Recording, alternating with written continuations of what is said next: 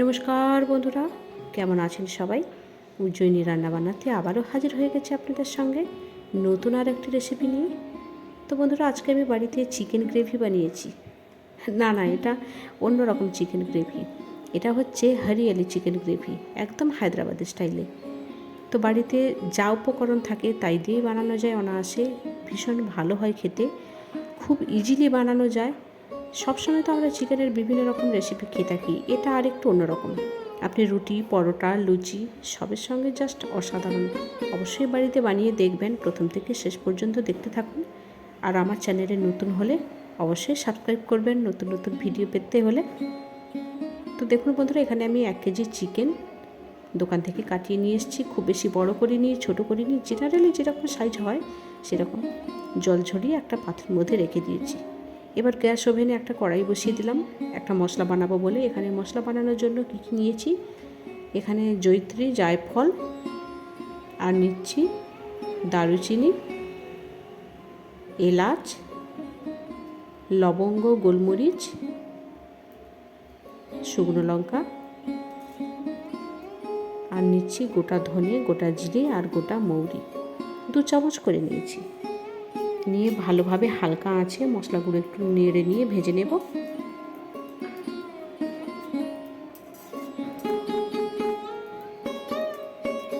তো ভাজা হয়ে গেলে এটাকে ঠান্ডা করে মিক্সিতে গুঁড়ো করে নেব।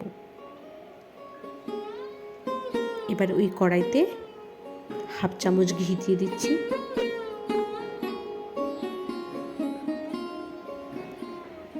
ঘিটা গরম হয়ে গেলে 100 গ্রাম মতো কাজু বাদাম হালকা করে একটু ভেজে নেব। না হলে রান্নায় যখন কাজু বাদামটা পেস্ট করে দেব, তখন কাজু বাদামের যে একটা কাঁচা গন্ধ থাকে সেটা ভালো লাগে না, তাই হালকা করে একটু ভেজে নিচ্ছি। ঘিতে ভেজে নেওয়ার কারণ ভালো লাগে স্বাদটা। আপনি চাইলে সাদা তেলেও ভেজে নিতে পারেন।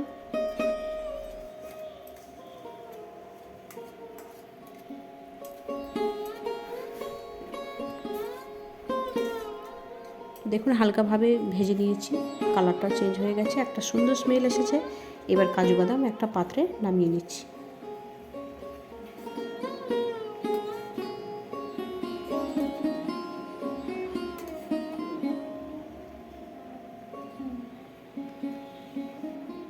তো নামিয়ে নিয়েছি। এবার কাজু বাদামটা একটা জায়গায় রেখে দেবো ঠান্ডা হওয়ার জন্য।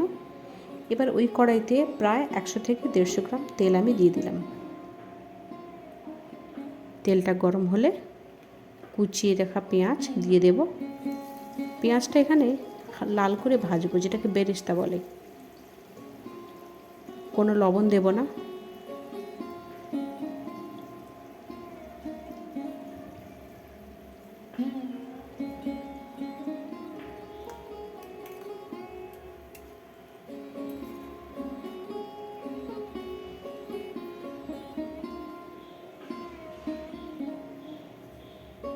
দেখুন লাল করে ভাজা হয়ে গেছে। এবার এটাকে একটা ছাঁকনির সাহায্যে তুলে নিচ্ছি, এক্সট্রা তেলটা ঝরে যাবে।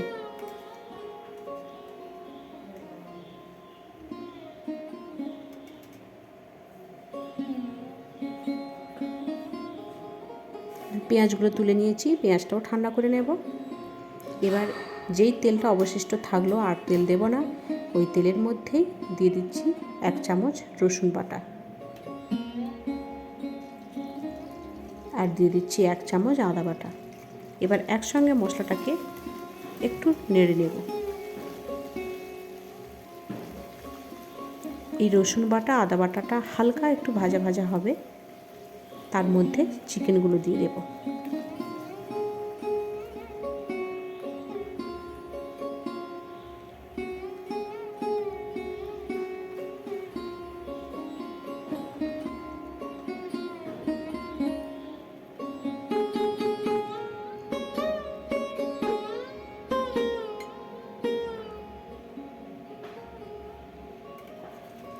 এবার একসঙ্গে ভালোভাবে মিশিয়ে নেব।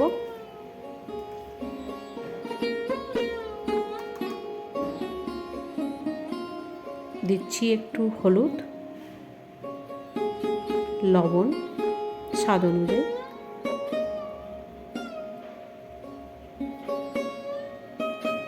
একসঙ্গে ভালোভাবে এবার মিশিয়ে নেব, যাতে আদা রসুনের গন্ধটা চলে যায় আর মাংসটাও কিছুটা কষা কষা হয়ে যাবে, মানে ভাজা ভাজা হয়ে যাবে।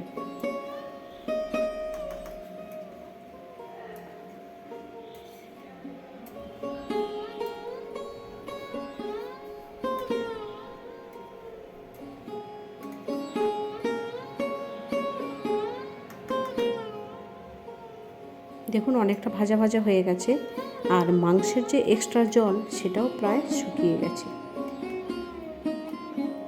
এবার আমি দিয়ে দেব 100 গ্রাম টক দই, আগে থেকে ফেটিয়ে রেখেছি জল ছাড়া।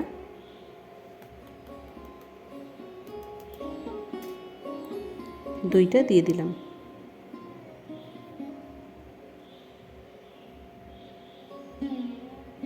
এতে এক্সট্রা করে আর কোনো জল দেওয়ার দরকার নেই, কারণ দই থেকেই অনেকটাই জল বেরোবে আর সেই জলে চিকেনটা অলরেডি সেদ্ধ হয়ে যাবে।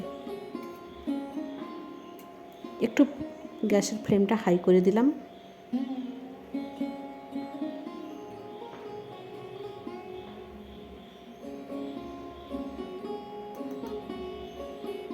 দেখুন কত জল বেরিয়ে গেছে আর অলরেডি চিকেনটাও অর্ধেক সেদ্ধ হয়ে এসেছে।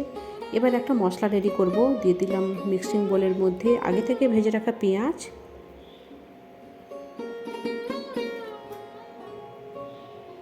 এবার দিয়ে দিচ্ছি ভেজে রাখা কাজু বাদাম আর গোটা 4-5 কাঁচা লঙ্কা ঝাল ঝাল।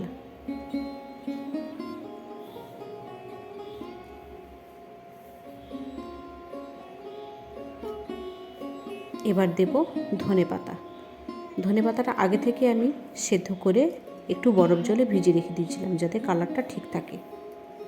আর ধনেপাতার যে একটা গন্ধ থাকে সেই গন্ধটা খুব তীব্র হবে না সেদ্ধ করে নিলে। এতে আপনি চাইলে পুদিনা পাতাও দিতে পারেন, সেটাও খুব ভালো লাগে। তবে পুদিনা পাতার যে স্মেলটা সেটা সবাই নিতে পারে না, সেই জন্য আজকে আমি পুদিনা পাতাটা ইউজ করলাম না।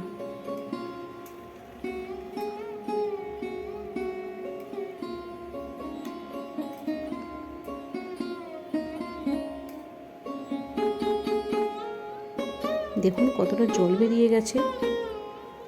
তো আমার অলরেডি পেস্ট রেডি হয়ে গেছে আর চিকেনটাও অর্ধেক কষা কষা হয়ে গেছে, মানে প্রায় সেদ্ধ হয়ে গেছে। এই অবস্থাতে আমি পেস্ট দিয়ে দিচ্ছি, আগে থেকে বেটে রাখা যে মশলার পেস্ট। দেখুন দিয়ে দিচ্ছি এবার পুরোটা।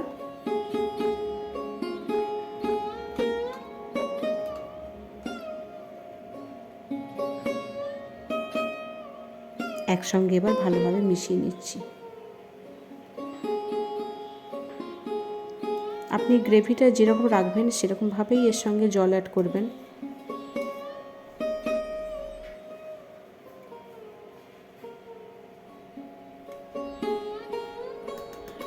বাটি ধোয়া হাফ জল দিয়ে দেব, হাফ বাটি জল বাটি ধুয়ে,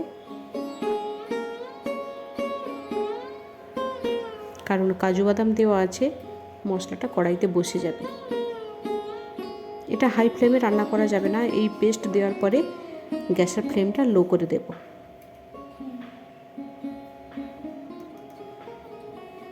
দেখুন গ্রেভিটা অনেকটাই ঘন হয়ে এসছে, এবার নামিয়ে নেব। তার আগে দিয়ে দিচ্ছি আগে থেকে গুঁড়ো করে রাখা গরম মশলা, ভালোভাবে মিশিয়ে নিলাম। এবার নামিয়ে নেব, নামিয়ে নিয়ে পরিবেশন করব।